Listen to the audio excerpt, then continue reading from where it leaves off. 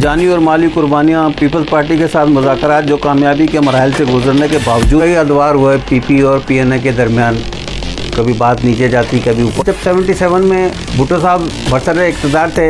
السلام علیکم، میں یونس راجپوت اور آپ دیکھ رہے ہیں کتاب کہانی۔ پروفیسر غفور احمد صاحب جماعت اسلامی کے، ان کی لکھی ہوئی کتاب پھر ماشاء اللہ آ گیا۔ یہ ان دنوں کی کہانی ہے جب 77 میں بھٹو صاحب برسر اقتدار تھے اور پھر جب 77 کے الیکشن ہوئے تو بہت بڑا ہنگامہ ہو گیا، پی این اے الائنس بنا، انتخابات کو نہیں مانا گیا اور پھر مذاکرات چلے اور کئی ادوار ہوئے پی پی اور پی این اے کے درمیان، کبھی بات نیچے جاتی کبھی اوپر جاتی، اور کہا یہ جاتا ہے کہ آخر میں تقریباً معاہدہ ہو چکا تھا، لیکن پھر وہ اوپر سے مارشاء اللہ لگ گیا۔ 5 جولائی آ گئی اور بھٹو صاحب کی حکومت ختم کر دی گئی۔ تو یہ انہی دنوں کی جو نشستیں ہوئی ہیں گورنمنٹ کی اور پی این اے کے درمیان، یہ اس کے بارے میں پروفیسر غفور صاحب نے بڑی تفصیل سے اس میں عوامل کا، ان ملاقاتوں کا، انٹرویوز کا اور میٹنگز کا تفصیل سے ذکر کیا ہے۔ اس کے بارے میں غفور صاحب کہتے ہیں کہ مارچ 1977 سے جولائی 1977 تک گزرنے والے چند مہینے ہماری قومی زندگی کا ایک نہایت اہم حصہ ہیں۔ پاکستانی قومی اتحاد کی تحریک، عوام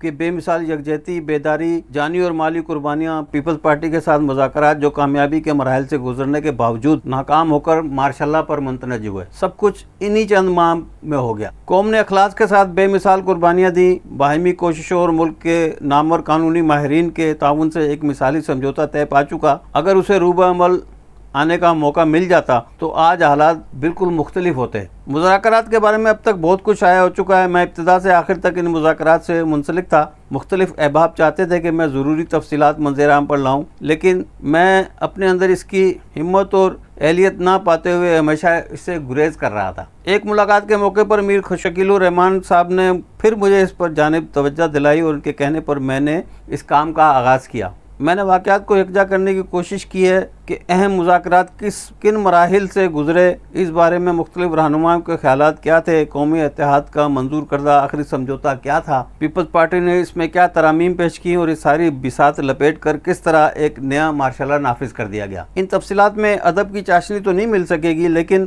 ماضی قریب کے ان تلخ دنوں کے واقعات میں ہم سب کے لیے ایک بڑا سبق ہے۔ اس وقت ہم ماضی کے آئینے میں زیادہ بہتر طور پر اپنی سابقہ کارکردگی کا جائزہ لے سکتے ہیں، اپنا احتساب کر سکتے ہیں اور آئندہ کے لیے ایک بہتر لائحہ عمل تشکیل دے سکتے ہیں۔ کہانیوں کو اس کے چند جو موضوعات ہیں کتاب میں، ان میں پاکستان پیپلز پارٹی کی تشکیل، پہلے ملک گیر انتخابات، قومی اسمبلی، عوامی لیگ، پاکستان پیپلز پارٹی، دوسرے مارشاء اللہ کا خاتمہ، پاکستان کا نیا دور، پھر مختلف اس طرح سے کافی موضوعات پر محیط ہے۔ یہ کافی اچھی کتاب ہے، اچھے طریقے سے انہوں نے اس میں تصاویر بھی دی ہیں اس دور کی جو مذاکرات ہو رہے تھے۔ تو تاریخ کے میں دلچسپی رکھنے والے دوستوں کے لیے یہ ایک اچھی کتاب ہے، آپ اسے پڑھیں تو پتہ چلے گا کہ ماضی میں ہمارے ملک میں کیا کچھ ہوتا رہا ہے، کیسی کیسی حکومتیں کیسے آئیں، کیسے ختم ہوئی، ماشاء اللہ آئے، ختم ہوئے، جمہوریت، سب کے بارے میں تفصیل سے ذکر کیا گیا ہے۔ تو پروفیسر غفور احمد صاحب کی پھر ماشاء اللہ آ گیا،